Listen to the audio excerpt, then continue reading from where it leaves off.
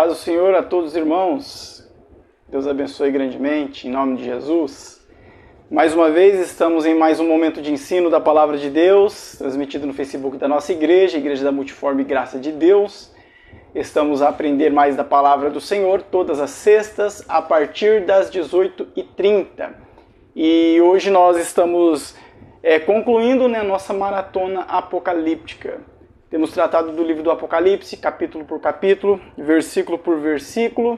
E agora nós chegamos ao final, ao capítulo de número 22. Apocalipse, capítulo de número 22. Lembrando os irmãos que na semana anterior nós estivemos a falar sobre a Nova Jerusalém, a descrição que João traz ali no capítulo de número 21, sobre a Nova Jerusalém. E agora no capítulo de número 22, João ele conclui essa mesma descrição.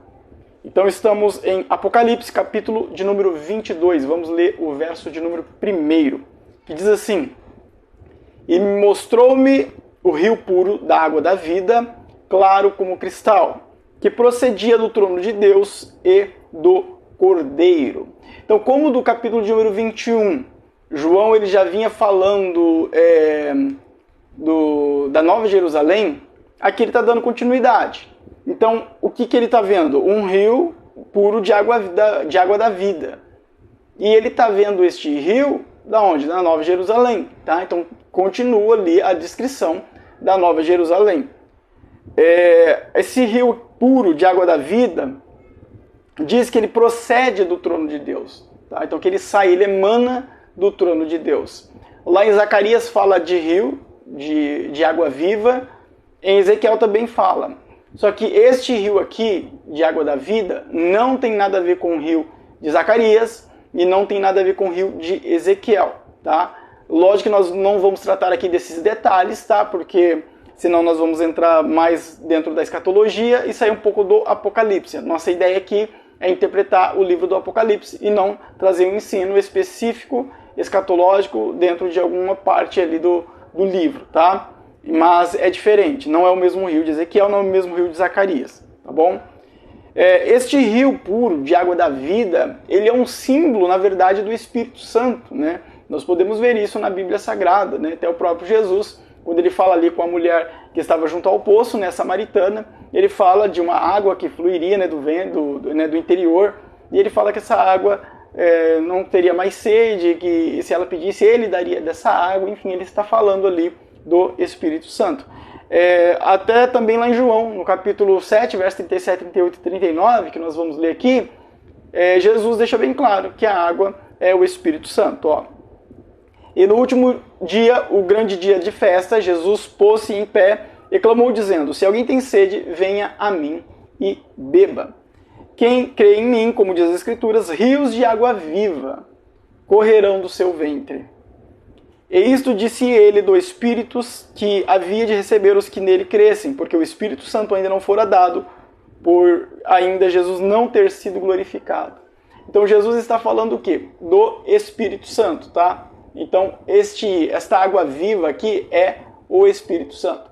E o que João está vendo ali na Nova Jerusalém, provavelmente seja ali uma água viva já sendo, no sentido literal mesmo, João está vendo a água de fato, mas é um símbolo do Espírito Santo. Se lá de fato vai ter água, fisicamente falando, é difícil saber. Pelo que nós entendemos pela Bíblia, sim, que de fato nós veremos uma água lá, tá? Que aqui para nós entendemos como símbolo do Espírito Santo, e este símbolo provavelmente estará presente. Na verdade, o Espírito Santo, nunca ninguém viu ele, né? Nem na Bíblia, nunca ninguém viu ele. Quem chegou mais perto de ver o Espírito Santo foi João. Que quando ele viu ali o candeeiro, né? Diante de Deus, que também é caracterizado pelo Espírito Santo. Mas o Espírito Santo, propriamente dito, nunca ninguém viu. Nem na Bíblia, nunca ninguém viu. Já viram Deus, várias vezes, né? Algumas vezes, vamos dizer. Já viram Jesus, tanto obviamente físico, como depois de ter ressuscitado, né? O corpo glorificado, Jesus ficou aparecendo durante 40 dias ainda ali em Jerusalém para os apóstolos, ali os discípulos, né? Depois de sua morte e ressurreição. Então já viram Jesus, já viram Deus, mas o Espírito Santo nunca ninguém viu. Ninguém na Bíblia. Então, o único que chegou mais próximo foi João, quando ele viu o candeeiro, que ele fala que era o Espírito Santo. Tá? Fora isso, nunca ninguém viu. Naquele dia o veremos? Provavelmente, a Bíblia não diz isso. Mas a Bíblia diz que nós veremos ele, veremos Deus, né? Veremos Jesus como ele é, face a face. Inclusive nós vamos tratar deste verso aqui. O Espírito Santo a Bíblia não diz, mas nós cremos que sim, mas nunca ninguém viu. Bom, então essa aqui é uma característica, um símbolo do Espírito Santo. Provavelmente o rio estará lá, tá? Simbolizando isso. Até porque no verso de número 2, que nós vamos ler agora, diz assim, ó, no meio da sua praça e de outro lado do rio, então note que o rio está lá, estava a árvore da vida, que produz 12 frutos, dando seu fruto de mês em mês, e as folhas da árvore são para a saúde das nações. Então, o rio vai estar lá, tá? Então, ali no meio da praça, né, de um e de outro lado do rio, estava a árvore da vida. Essa árvore da vida nós fazemos um paralelo com a árvore lá do Jardim do Éden, né? Já que a árvore do Jardim do Éden era literalmente a árvore da vida, e obviamente o nome disso tudo, né? Então ele dá vida. Adão ele tinha vida eterna, ele não tinha morte, a morte não existia para ele. Até porque Deus falou, o dia que você comer do fruto você vai morrer. Adão comeu do fruto, ele trouxe a morte para si, espiritualmente falando e depois fisicamente. Essa árvore da vida é a mesma do Jardim do Éden? A Bíblia não diz, tá? A Bíblia não diz que é a mesma árvore que Deus tirou de lá e colocou aqui na Nova Jerusalém. A Bíblia não diz que é a mesma, mas a referência dentro da língua original é como se fosse a mesma árvore, tá? A árvore da vida do Jardim do Éden, mas a Bíblia não diz que é literalmente a mesma, tá? Então nós temos ali o que? A árvore da vida, que vai dar 12 frutos, né? Ali cada mês. Por que 12? 12 é um símbolo dos 12 tribos, dos 12 apóstolos, né? Nós vemos que ali na Nova Jerusalém tem 12 portas de um lado, 12 do outro. Então, é um símbolo, tá? É um símbolo, o 12 aqui. Então, simboliza isso daí. E aqui diz ainda que as folhas será para a saúde das nações. Em alguma tradução você vai encontrar para a cura das nações. Isso caracteriza o reino milenário de Cristo como um reino perfeito, né? Onde as nações poderão obter cura através da árvore da vida. Não que eles vão entrar na Nova Jerusalém, vão ter acesso, não diz isso. A Bíblia não diz isso, a Bíblia diz o contrário, né? Somente Cristo, né, o que nós entendemos pela Bíblia, e aqueles que reinam com ele estarão na Nova Jerusalém, porque da Nova Jerusalém reinaremos com Cristo no milênio. Tá? Então a noiva do Cordeiro reinará com Cristo no milênio sobre as nações da terra, sobre os povos que estiverem na terra. E essas folhas aqui serão como cura para as nações. Então note que as pessoas não terão acesso à árvore da vida, ninguém. Mas as folhas, eles poderão ter acesso, não entrando dentro da Nova Jerusalém pegando as folhas. Não é isso que a Bíblia diz. A Bíblia diz que as folhas são para a cura das nações. Então note que o reino milenário de Cristo ele será um reino perfeito, onde as nações não haverá doenças como existe hoje, tá? Até porque tem as folhas da árvore da vida. É lógico que isso aqui tudo trata de um símbolo, tá? Porque Deus não depende de folha para curar ninguém, né? Jesus ele cura da onde ele quiser, independentemente de folha de árvore de vida qualquer, tá bom? Mas tudo isso são símbolos.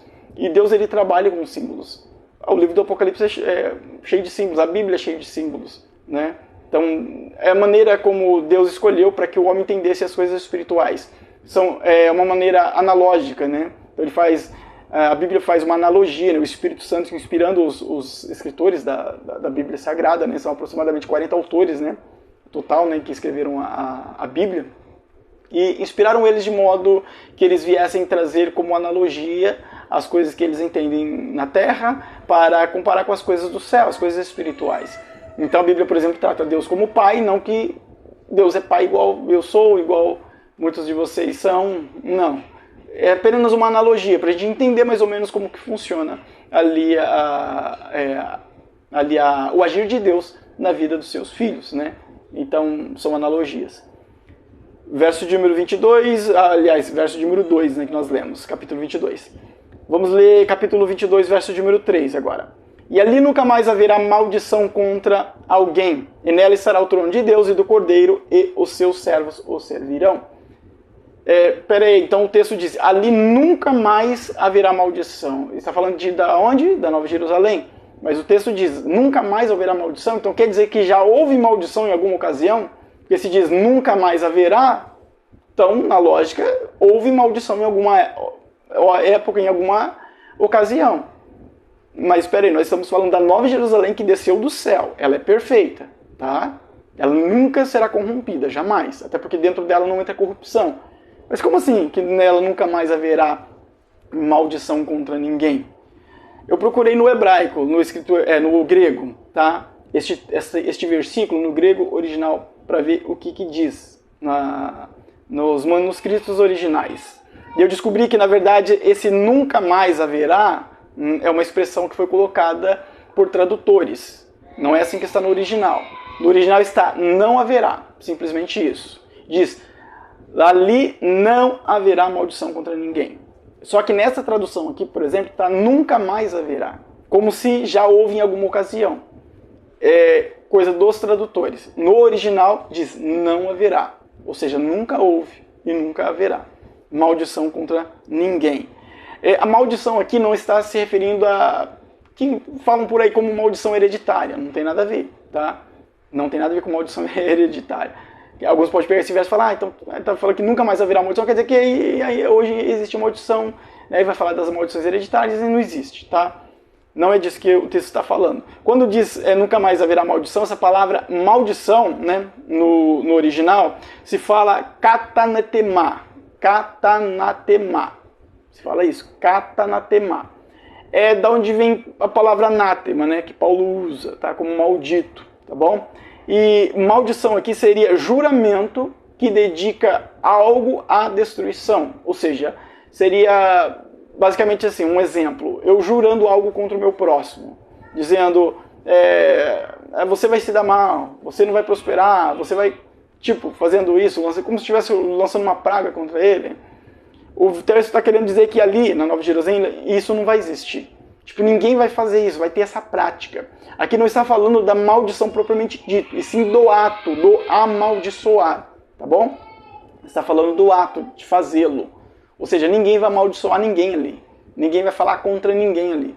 Porque a Nova Jerusalém é perfeita, onde reside um rei perfeito, que é Cristo, e onde tem servos perfeitos, que seremos nós, a noiva do Cordeiro, que reinaremos com ele, inclusive, tá?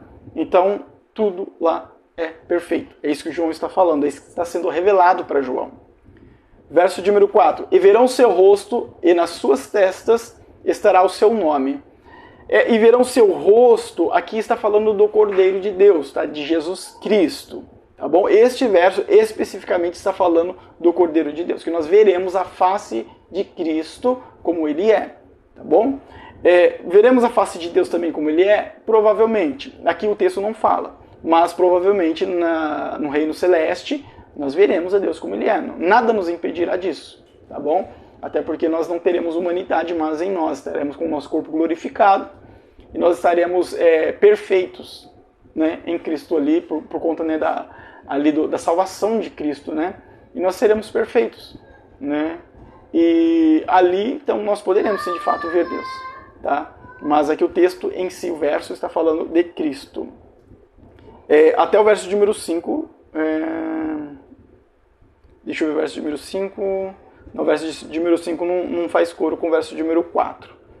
Mas, bom, vamos lá para o verso de número 5.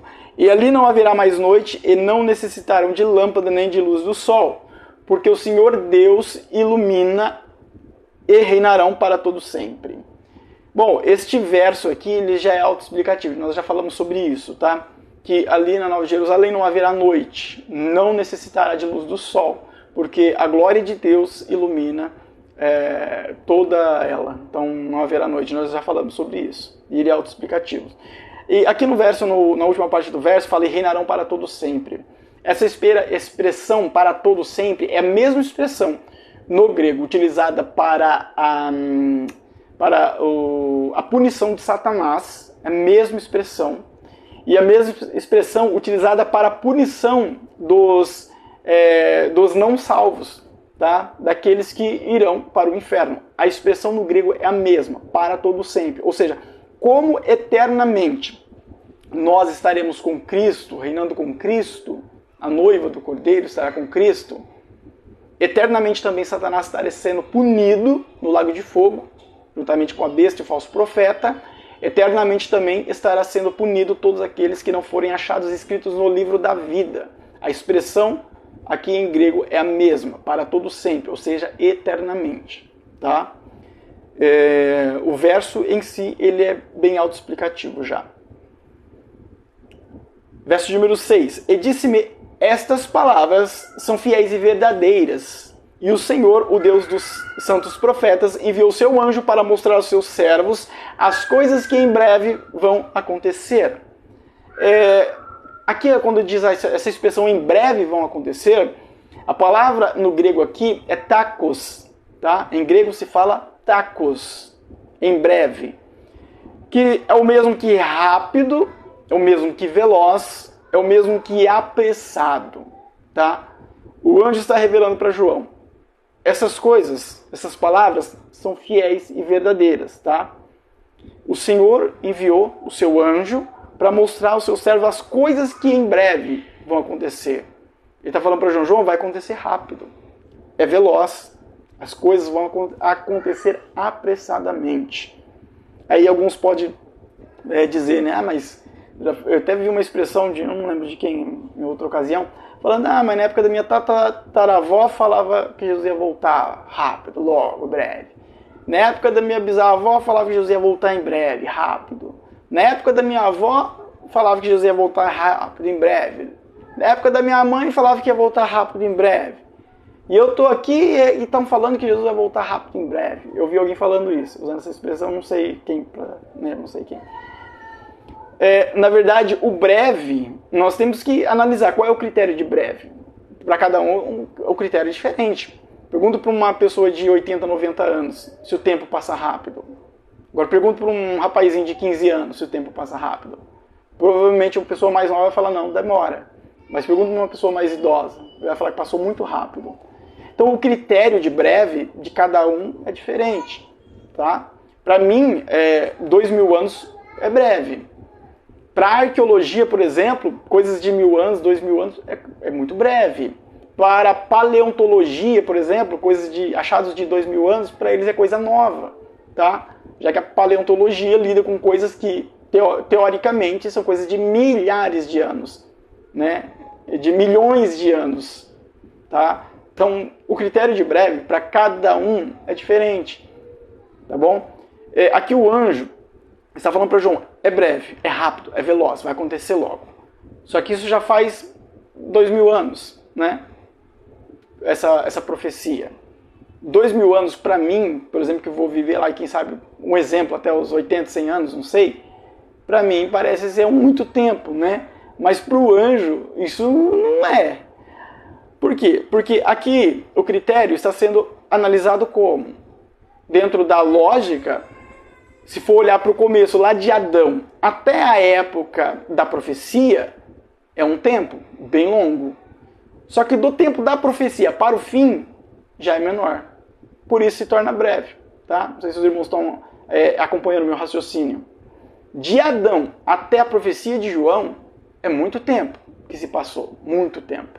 Só que da profecia de João até o fim, na volta de Cristo, já é um tempo menor. Isso já pode ser considerado breve. Tá? Então qual é o critério utilizado aqui para falar de breve? Será que seria a visão do anjo em relação, desde a época de Adão até a profecia de João, e de João até o fim de todas as coisas? Então sim, seria breve. Tá? Então, critérios diferentes. Então, que é breve para um, para o outro pode não ser, mas para a Bíblia, para Cristo, para o anjo, é breve. Para você, pode ser demorado. Não sei qual critério que você utiliza. Para você você pode encarar como demorado. Como eu disse, a paleontologia, 2000 anos é coisa nova. Para a arqueologia, 2000 anos também, dependendo da área da arqueologia, é coisa nova. Entendeu? Então o critério de cada um vai determinar se é breve ou não. Mas a Bíblia diz que é breve. Então vamos ficar com a Bíblia, né? Nós cremos na Bíblia? Amém? Então vamos ficar com a Bíblia. Se a Bíblia diz que é breve, é breve. Tá? Essa é a verdade. Bom, verso número 7. Eis que presto venho, bem-aventurado aquele que guarda as palavras da profecia deste livro. Bom, essa aqui é a palavra de Cristo, né? Eis que presto venho, ou eis que cedo venho, na sua tradução, ou eis que cedo venho, e tem uma outra tradução que fala breve venho, né? Enfim, a palavra presto aqui, presto venho, ou cedo venho, ou venho sem demora, nem outra tradução vai estar venho sem demora, é a mesma palavra tacos, aqui está como tá aqui, né? No grego, ou seja, está falando de algo rápido e apressado. Jesus está falando, eis que cedo vem, ou seja, eu vou vir logo. É muito rápido, vai acontecer rápido. É isso que Jesus está falando, vai acontecer rápido e apressado. Eu vou vir logo. Jesus está falando isso, tá? Como a Bíblia diz que Deus não é homem para que imite, nem filho do homem para que se arrependa, então ele breve vem. Aqui, de novo, a palavra tacos, né, no grego, tá aqui está como tá aqui, tá bom? É um substantivo. Para os participantes aqui do cumprimento, o fato de será... para os participantes do cumprimento dessa profecia, é o substantivo neutro aqui dentro do grego, tá? Segue às vezes critérios diferentes do português, tá bom? Para os participantes do arrebatamento, do período da grande tribulação, para essas pessoas, esse versículo aqui faz total sentido, tá? Para aqueles que morreram lá há 2.000 anos atrás, há 1.000 anos atrás, talvez não faz tanto sentido, né? Eles morreram já. Mas para aqueles que estarão naquela época, naquela ocasião do arrebatamento e da grande tribulação, este verso faz muito sentido. Imaginando que Jesus ele vem na nossa geração, aqui. Esse verso para a gente faz muito sentido. Breve venho. Se ele vem na nossa geração, faz muito sentido, tá? Esse também é um outro critério de cumprimento, esse também é um outro critério em relação ao que é breve e ao que não é, tá? Então, para alguém que vai... Vamos supor que Jesus não vem na nossa geração, ele vai vir daqui 10.000 anos. Um exemplo, né? Então, para nós, esse verso não faz sentido. Tudo bem. Mas para aqueles que vão estar no período da grande tribulação, no arrebatamento, daqui 10.000 anos, faz todo sentido esse verso. Breve vem. Um exemplo, né? Embora, né, a maneira como as coisas andam, eu poderia que... Não vou entrar nisso, porque a gente vai sair da interpretação. Eu poderia citar aqui várias coisas que estão acontecendo no nosso mundo. Eu até dei uma pincelada, talvez, no último ensino, que apontam para a volta de Cristo ser na nossa geração, tá? Na nossa época aqui. Tudo aponta para isso. Pode ser que não seja, pode ser que não. Mas tudo aponta para que seja na nossa geração. Nunca, em toda a história da raça humana, desde a época da profecia do Apocalipse, as coisas estavam tão encaixadas para a volta de Cristo. Nunca. Você pode analisar toda a história. Toda a história. Você pode pesquisar na internet e analisar toda a história. Nunca tudo esteve tão encaixado para a volta de Cristo como está hoje, nos dias de hoje. Tá? Essa é a verdade. Verso de número 8, vamos ler o 9 também. Ó. Eu, João... Fechei aqui. Eu, João... Oxe, cadê aqui? Verso de número 8, cadê aqui? 8 e 9. Eu, João, sou aquele que vi e ouvi essas coisas. E havendo ouvido e visto, prostrei-me aos pés do anjo, que mas mostrava, para o adorar. E disse-me, olha, não faças tal, porque eu sou conservo teu e dos teus irmãos, os profetas, e que guardam as profecias deste livro. Adora a Deus. Um outro verso autoexplicativo, que fala da adoração ao anjo, que João tentou fazer, tá? Aqui não tem nada de tão escatológico aqui neste verso, tá? Então, João tentou adorar o anjo, ele se prostrou diante do anjo, e o anjo disse, não faça isso, porque eu sou servo, igual você, igual os profetas, igual aqueles que guardam as profecias do livro, do Apocalipse e tal. Eu sou servo, sou conservo, eu sirvo com vocês, tá? Então não me adore. E ele diz, tem que adorar a Deus. Tá? Então, o verso deixa bem claro que anjo não aceita adoração, tá bom? Aliás, os anjos de Deus não, os anjos caídos aceitam, tá? Satanás, os anjos caídos aceitam, os demônios, né? Os anjos de Deus não. Vamos lá para o verso de número 10. E disse-me, não seles as palavras da profecia deste livro, porque próximo está o tempo. A palavra próximo aqui já não está no tacos lá, tá? Embora no nosso português tem o mesmo sentido, né? De breve ou próximo, né? Logo e tal. Aqui a palavra em grego é egos, que significa perto, tá? Então quando ele diz próximo está o tempo, ele diz está perto, tá bom?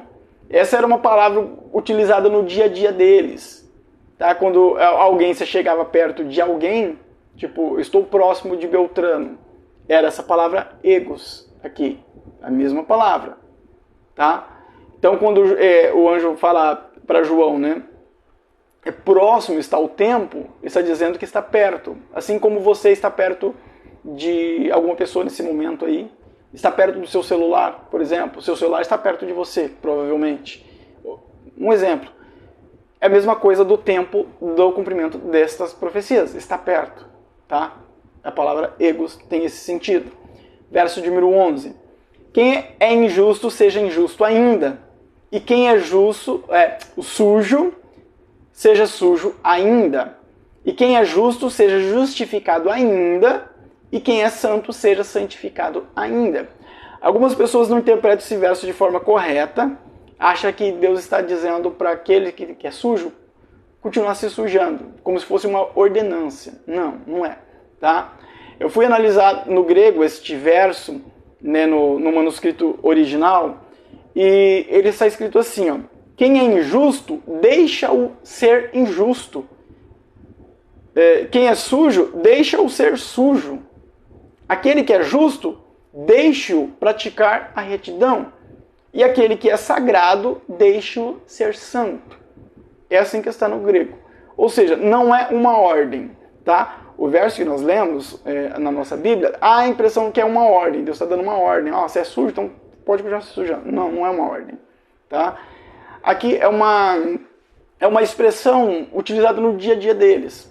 No nosso caso, no nosso dia a dia, aqui na nossa cultura, é diferente. Nós utilizamos a mesma expressão, só que de forma diferente. Quer ver um exemplo?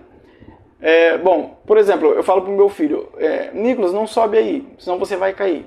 Ele continua. Um exemplo. Nicolas, não sobe aí, você vai cair. Ele continua. Aí eu olho e falo, você quer subir? Não pode subir. Sobe, então você vai ver o que vai acontecer. Eu não estou dando uma ordem para ele, falando para ele subir. Não é uma ordem. É uma expressão, entendeu? De que eu estou reprovando aquilo que ele está fazendo e que ele não deveria estar fazendo aquilo daquela maneira, entendeu? Tipo, quer subir? Então sobe, vai, sobe então. Um exemplo, tá? Então, por ser algo errado. Só que o versículo tem um lado positivo. Aquele que é santo, deixe-o se santificar. Ou seja, a Bíblia ela não está dando uma ordem, embora em outras partes da Bíblia vai nos dar uma ordem para nós nos santificarmos. Aqui não é uma ordem. Aqui está dizendo, você que está se santificando e sendo justo, dá continuidade. Tá? Continue desse jeito. Tipo, você vai ver o que você vai encontrar depois. Do mesmo jeito, aquele que está sendo injusto, sujo, se suje mais. Seja injusto, você vai ver o que você vai encontrar depois. É isso que a Bíblia está falando, tá? Então, para aqueles que estão se sujando, continue se sujando que você vai ver que você vai encontrar. Ou seja, a perdição. E aqueles que estão se santificando, continue se santificando, você vai ver que você vai encontrar. Que é o quê? A salvação em Cristo. Tá bom? Então não é uma ordem. Não está mandando ninguém ser sujo ou ser injusto. Verso de número 12. Eis que cedo venho, e o meu galardão está comigo para dar a cada um segundo a sua obra. Bom, de galardão aqui nós já falamos um pouco no livro do Apocalipse.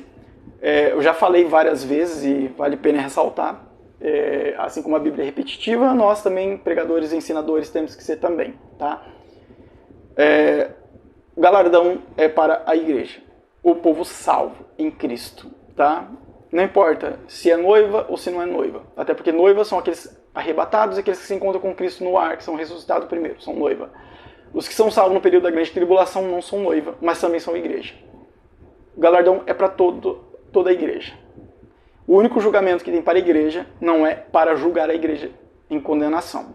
Paulo fala isso em Coríntios, e isso é para galardão. Tá? Então, não vai julgar a mim, vai julgar as minhas obras. Minhas obras vão ser pegas, jogadas no fogo. Se ela resistir, então eu recebo galardão. Se a minha obra for de feno, for de palha, for de madeira, ela não vai resistir, vai se queimar, eu não recebo galardão nenhum. Mas a salvação é minha porque eu sou igreja. Os injustos, os que foram para o inferno, os que não têm o seu nome escrito no livro da vida, suas obras não serão julgadas para galardão, porque eles não terão galardão. As suas obras serão julgadas para a condenação. Tá?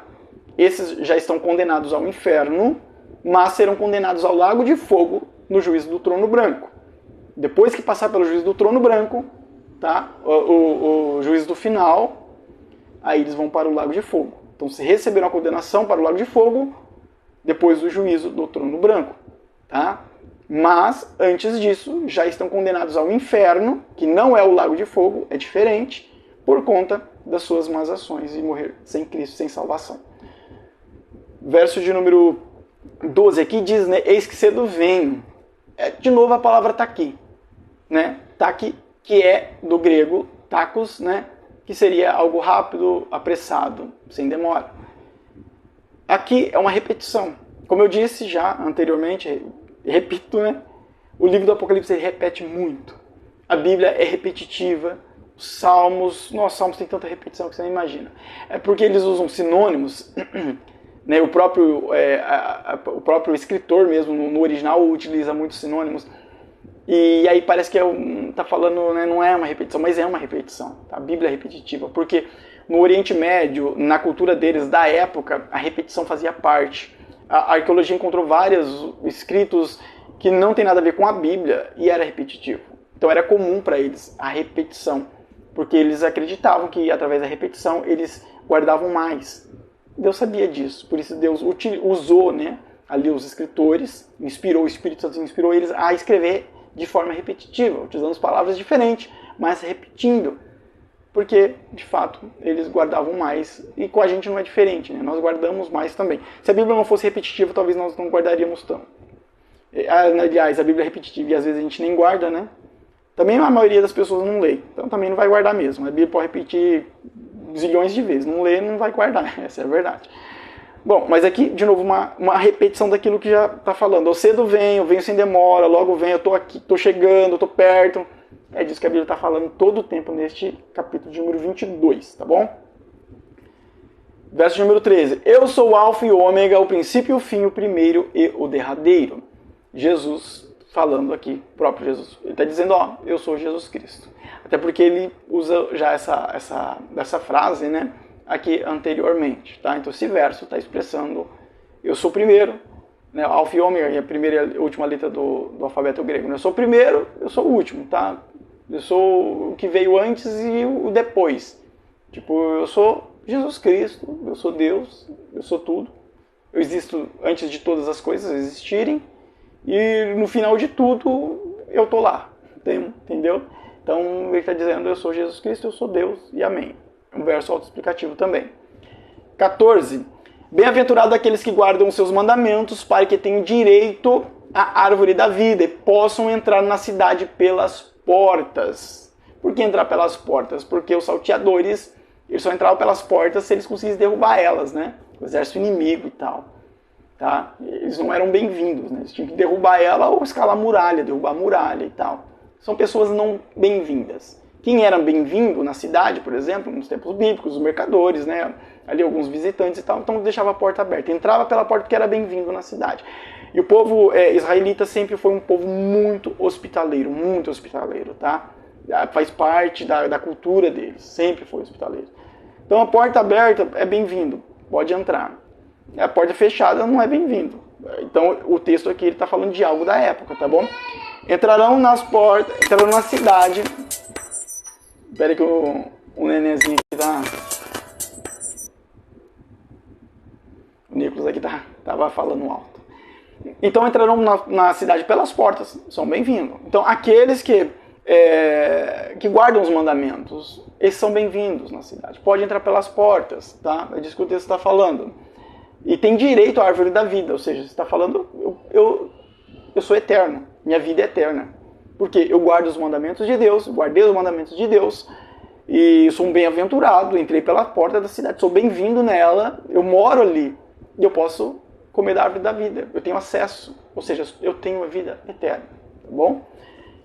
Verso de número 15, mas ficarão de fora os cães, os feiticeiros e os que se prostituem, e os homicidas, e os idólatras, e qualquer que ama e comete a mentira. Aí você pode falar, mas irmão, tá faltando mais coisa aí, porque tem pessoas que fazem outras coisas que não estão escritas neste verso de número 15. Isso é verdade. É óbvio que a Bíblia aqui não ia listar todos os pecados da humanidade, de A a Z. É óbvio que não. Mas aqui é um apanhado de modo resumido, de que todo aquele que faz algo que é contra a vontade de Deus, todas essas coisas são contra a vontade de Deus, esses não terão acesso à árvore da vida, à Nova Jerusalém, não vão ser salvos, tá? Se morrerem nessa prática aqui, tá bom? Então, este verso, ele está trazendo de forma resumida que aqueles que são contra Deus não herdam a vida eterna, eles ficarão de fora, tá bom? Então aqui falta muitos pecados aqui, né? No verso de número 15. Só que aqui é de forma resumida para a gente entender que pratica coisas contra a vontade de Deus, tá? Então esses não entrarão na cidade, não terão acesso à árvore da vida, não terão vida eterna, não estarão com Cristo, não reinarão com Ele, não receberão, né, os seus galardão, não terão a vida eterna, se morrerem nessa prática, tá? A não ser que se convertam, tá bom? Verso de número 16. Eu, Jesus, enviei meu anjo para vos testificar essas coisas nas igrejas. Eu sou a raiz e a geração de Davi, a resplandecente estrela da manhã. A raiz e geração de Davi. Ele já está dizendo, eu sou o prometido do Antigo Testamento. É algo bem específico para Israel aqui. Tipo, você lembra aquele que foi prometido lá no Antigo Testamento? O Messias, o prometido, que vem da linhagem de Davi, da raiz de Davi? Sou eu. É isso que Jesus está falando para Israel. Eu sou esse daí, tá? Só que o verso continua. A resplandecente estrela da manhã. Amados, perdoa se o cachorro deve estar latindo alto aí, então deve estar saindo no áudio, então me perdoe, tá? Bom, aqui as crianças estão gritando agora. Para ajudar tudo, né? Vamos lá, vamos recompor aqui. Bom, a outra parte do verso diz que ele é a resplandecente estrela da manhã. Por que isso? Se nós formos ver na história, estrela da manhã faz um sentido legal, não para nós, mas para aqueles que viviam na época. Porque na época, na antiguidade, acreditavam, né, os pagãos acreditavam que o planeta Vênus, né, para eles, na verdade, era considerado como símbolo da imortalidade e de glória, o planeta Vênus. Que para eles era como uma estrela, tá? Era isso que os pagãos acreditavam. E aqui quando Jesus ele fala, eu sou a estrela da manhã, aqui nós encontramos um paralelo dentro da história, tá? Então para nós não faz muito sentido, estrela da manhã, o que é isso? Mas para o povo antigo, pagão, já fazia mais sentido, tá? Tipo, um exemplo, né? Sabe esse Vênus aí que vocês acreditam que é a estrela da manhã, da imortalidade? Então, na verdade, não é ele não. Eu é que sou. Basicamente é isso. É isso basicamente que eles entenderiam. E Jesus está falando aqui de imortalidade. Ele está falando de vida eterna. Ele falou da árvore da vida, tá? Então, faz total sentido aqui. 17. E o Espírito e a esposa dizem, vem. E quem ouve, diga, vem. E quem tem sede, venha. E quem quiser, tome de graça da água da vida. Tá? É um convite à vida eterna. Onde o Espírito, ele convida o Espírito Santo. A esposa, né, a noiva salva, convida. Tá? Porque existe pessoas no paraíso. Pelo menos que nós entendemos pela Bíblia Sagrada. É noiva do Cordeiro, tá? Lá no seio de Abraão. Abraão está lá, o apóstolo Paulo está lá, Isaac, Jacó, enfim, né? Todos que foram salvos, né? No Antigo Testamento, no Novo Testamento, estão no paraíso. E aqueles que não são da Bíblia, mas também estão no paraíso. É isso que nós entendemos pela Bíblia Sagrada. Estão no seio de Abraão, são noivas já. Tá? E é um convite para que nós venhamos beber dessa água. Do Espírito Santo, da noiva, né? Que é salva. E quem ouve, diga vem, e quem tem sede, venha. É um convite. O verso está convidando-nos a beber da água da vida, do Espírito Santo, a alcançar a nossa salvação. Tá? Esse convite está na Bíblia inteira. Não dessa maneira, forma direta e indireta. O foco da Bíblia é a salvação do ser humano. A Bíblia foi escrita para a nossa salvação. Não existe outro foco a não ser a salvação. O foco da Bíblia é a salvação do homem. O foco de Cristo, Jesus, sempre foi a salvação do ser humano. Tá? Então, há algo comum em Cristo, na Bíblia, nos profetas, nos apóstolos, salvação do ser humano. O Espírito Santo, o foco dele é o quê? Em relação ao ser humano, salvá-lo. Tá? E nós, como pregadores e ensinadores da palavra de Deus, o nosso foco também tem que ser a salvação. Nós não podemos esquecer disso. Né? Esquecer a salvação, deixar ela de lado. Não. Tá, um convite à vida eterna. Verso número 18. Vamos ler o 18 e o 19. Porque eu testifico e todo aquele que ouvir as palavras da profecia deste livro que, se alguém lhes acrescentar alguma coisa, Deus fará vir sobre ele as pragas que estão escritas neste livro. E se alguém tirar qualquer palavras do livro dessa profecia, Deus tirará a sua parte do livro da vida, isso, e da cidade santa e das coisas que estão escritas neste livro. Amados, isso daqui é uma promessa, veja bem, uma promessa e uma sentença aos falsos profetas, aos falsos pastores, aos falsos pregadores, aos falsos mestres, aos falsos professores, teólogos. Uma promessa e uma sentença, tá? Se você tirar, é isso que a Bíblia está falando, alguma coisa da profecia deste livro, vai ser tirado da sua parte, da árvore da vida, da cidade santa, enfim, vai ser tirado também. Se você acrescentar, será acrescentado nas dores das coisas que estão escritas neste livro. Você vai sofrer as pragas que estão neste livro. É isso que está falando. É uma promessa e uma sentença, tá? Por isso que eu digo, quando a Bíblia se cala, nós nos calamos também. Podemos conjecturar, sim, mas, deixando bem claro, é uma conjectura, é uma informação paralela à Bíblia, é algo que talvez possa ser assim, é algo que, segundo estudos, dizem assim, algo que, segundo a história, que, segundo teólogos, que, segundo doutores, dizem assim. Tá? Aí, ok. Mas eu não posso colocar algo como sendo uma verdade absoluta. Que a Bíblia não diz, eu não posso te dizer que ela fala. Tá? A não ser dessa maneira como eu disse. Ó, a Bíblia não diz, mas acreditam que seja assim. Assim, assado. Ó, a Bíblia não fala, mas a escatologia ensina dessa maneira. Tudo bem? Ó, a Bíblia não está escrita, não tem detalhes sobre isso, mas podemos compreender biblicamente, dentro do contexto, que pode ser dessa maneira, assim, assado. Aí tudo bem, tá ok. Conjectura é permitido. Mas eu não posso colocar isso como uma verdade absoluta. E nem arrancar da Bíblia. Tá bom? Talvez eu possa trazer um estudo em outra ocasião. Que existem traduções da Bíblia Sagrada que muitos de nós irmãos usamos que não tem alguns versos da Bíblia. Tá? Existem traduções que arrancaram versículos da Bíblia e não estão lá. E muitos de nós usamos, muitos não percebem porque não leem a Bíblia e não estudam ela. Mas está carregando uma Bíblia embaixo do braço, nas suas mãos, que está faltando texto, está faltando versículos e não sabe disso. Mas para a pessoa às vezes não faz nem muita diferença, porque não lê, né? Então ter um a menos ou ter a mais para ela não vai mudar em nada. Não lê, não estuda, né? Infelizmente. Tá? Vamos lá. Verso número 20. Aquele que testifica essas coisas diz, certamente cedo venho. Amém. Ora vem Senhor Jesus. De novo a palavra taki, do grego takos, que é o mesmo que vem logo, cedo, sem demora, rápido, com pressa. Uma repetição de novo. Já falei sobre isso, sobre a repetição do livro do Apocalipse. Está repetindo de novo. Deus ele quer deixar bem frisado na nossa mente. O Espírito Santo, eu estou vindo logo. Aí ele fala mais algumas coisas, né? Eu estou vindo logo, tá? Depois ele fala mais algumas coisas. Não esquece, eu estou vindo logo. Basicamente é isso que está acontecendo aqui nesse capítulo de número 22, tá? E Deus está querendo deixar bem frisado, eu estou vindo logo.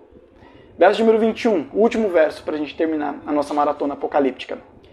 A graça de nosso Senhor Jesus Cristo seja com todos vós. Amém. Que nós vemos uma bênção apostólica, algo comum, que nós vemos nas epístolas de Paulo, algo comum ali com os apóstolos, né, os antigos apóstolos ali, no sentido geral. Uma bênção apostólica, apenas isso. Amados, hoje então nós concluímos a nossa maratona apocalíptica. Espero que os irmãos tenham seguido, né, cada dia de ensino. Infelizmente, teve dias que nós não pudemos ensinar por conta de alguns contratempos em relação ao trabalho, enfim. Mas aqueles que estavam sempre acompanhando conseguiram dar continuidade conosco. Foi bênção. Eu aprendi muito, né, juntamente com os irmãos, aprendemos bastante. Dúvidas existem, embora eu já disse desde o início, se alguém tiver dúvida, me chama, conversa comigo, me pergunta e tal. Ninguém perguntou, então acredito que não teve dúvidas, tá? Mas é normal, é natural, isso é comum. No próximo ensino eu planejo, não sei se eu vou fazer, ou se eu vou trazer um ensino, um tema qualquer, né, que agora volta ao normal, os nossos ensinos, já não vamos ficar seguindo algo assim, igual nós estamos seguindo. Eu não sei se eu trago um resumo de tudo que nós estudamos, tá? De forma resumida, do Apocalipse do capítulo de número 1 até o capítulo de número 22, de forma resumida, para nós entendermos bem, ou se nós já entramos em outro tema, não sei.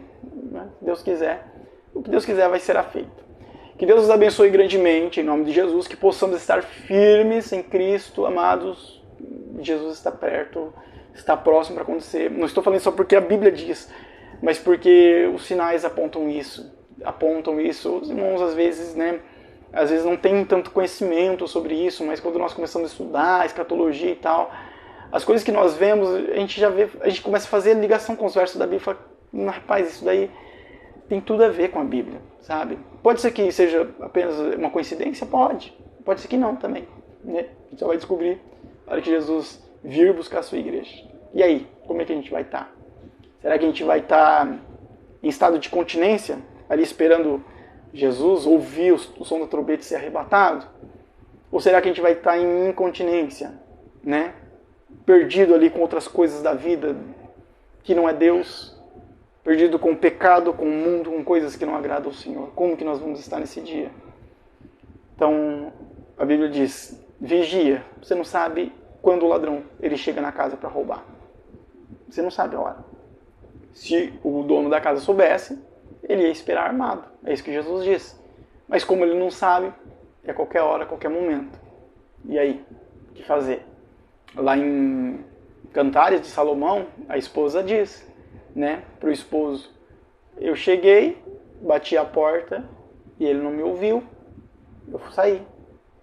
E o que aconteceu? Ela foi pega na cidade e sofreu violência. Porque o noivo ele não ouviu, né? O esposo ele não ouviu ali. Não é noivo nem esposo ali, né? Ali fala meu amor, meu amado, né? Basicamente, o que ocorre conosco, né? Não trazendo aqui como um paralelo, porque não se encaixa, tá? Mas basicamente, tirando só uma parte desse trecho aí, basicamente o que ocorre conosco, né? Se nós estivermos desatentos, o noivo ele vem, bate a porta, nós não ouvimos, ele vai. Ali no caso é a esposa, é diferente, a esposa sofre violência, é tudo na cidade, a amada, né? Então não tem nada a ver com o que eu estou falando, mas só para você entender. Jesus, melhor ainda, das 10 virgens, né? Melhor, uma comparação melhor ainda, né? Das 10 virgens. Vem o esposo, cadê a lamparina? Acabou, né? Então você não faz parte mais da procissão. Não é mais as virgens da procissão, não vai participar das bodas, ficou de fora. Por quê? Não tinha óleo na lamparina. Mas eu vou comprar. Tá bom, não dá tempo. Então não dá tempo de buscar o Espírito Santo. Jesus arrebatou a igreja. Nossa, eu vou buscar o Espírito Santo. Vai que ele me leva também. Já arrebatou. Não dá tempo. A Bíblia diz que é não abrir e fechar de olhos. Não dá tempo. Então vamos vigiar e estar hoje firmes em Cristo. Amém? Senhor Deus, obrigado por tudo. Perdoa-nos de nossos pecados. Nos livre de todo mal. E nos ajude e nos fortalece na Tua presença para a honra e glória do Teu nome. Faz a Tua obra em nossas vidas e nos ajude a viver a Tua vontade cada dia mais. Somos noiva, Jesus. Somos noiva.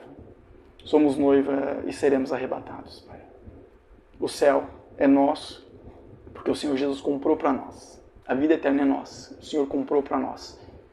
E nós vamos corresponder a isso e acatar, agarrar com toda a nossa força, Deus. E viver a Tua vontade para a glória do Teu nome, Jesus. Que a graça de nosso Senhor Salvador Jesus Cristo, o amor de nosso Deus, nosso eterno Pai, a comunhão e a consolação do Espírito Santo seja em cada coração, que todos nós possamos dizer amém. Que Deus abençoe a cada um ricamente. Fica na paz, amados.